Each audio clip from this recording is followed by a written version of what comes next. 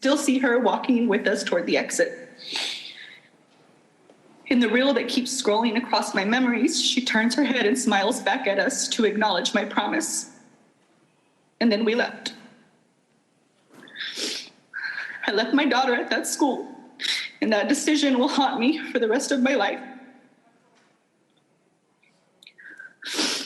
Afterward, Felix dropped me off at my office, the Uvalde Leader News, and returned home because it was a rare day off for him between normal shifts and security gigs he takes to help make ends meet. I got situated at my desk and began writing about a new business in town when the news office started hearing commotion on the police scanner, a shooting on Diaz Street near Robb Elementary. It wasn't long before we received word from my son's teacher that they were safe, secure in the classroom. Once evacuated from campus, the children were reunited with parents and guardians at the Civic Center. My dad picked up Julian from the Civic Center and took him to my grandmother's house. One of our robbed kids was safe. We focused on finding Lexi. Bus after bus arrived, but she wasn't on board. We heard there were children at the local hospital, so we drove over to provide her description. She wasn't there. My dad drove an hour and a half to San Antonio to check with the university hospital. At this point, some part of me must have realized that she was gone. In the midst of chaos, I had the urge to return to Robb. We didn't have our car at this point, and traffic was everywhere. So I ran barefoot with my flimsy sandals in my hand. I ran a mile to the school, my husband with me. We sat outside for a while before it became clear we wouldn't receive an answer from law enforcement on scene. San Antonio firefighter eventually gave us a ride back to the Civic Center, where the district was asking all families who had not been reunited with their children to gather. Soon after, we received the news that our daughter was among the 19 students and 2 teachers that died as a result of gun violence. We don't want you to think of Lexi as just a number. She was intelligent, compassionate, and athletic. She was quiet, shy unless she had a point to make. But she knew she was right. She so often was.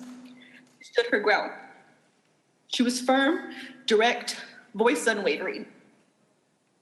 So today, we stand for Lexi, and as her voice, we demand action. We seek a ban on assault rifles and high-capacity magazines. We understand that for some reason, to some people, to people with money, to people who fund political campaigns, that guns are more important than children. So at this moment, we ask for progress. We seek to raise the age to purchase these weapons from 18 to 21 years of age. We seek red flag laws, stronger background checks. We also want to repeal gun manufacturers' liability immunity. You've all seen glimpses of who Lexi was, but I also want to tell you a little bit about who she would have been. If given the opportunity, Lexi would have made a positive change in this world. She wanted to attend St. Mary's University in San Antonio, Texas, on a softball scholarship. She wanted to major in math and go on to attend law school. That opportunity was taken from her. She was taken from us. I'm a reporter, a student, a mom, a runner.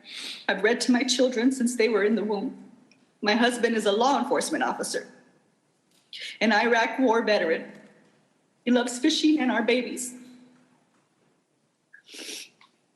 Somewhere out there, there is a mom listening to our testimony, thinking, I can't even imagine their pain, not knowing that our reality will one day be hers, unless we act now.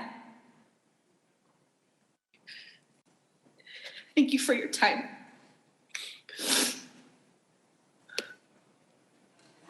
Thank you for your testimony.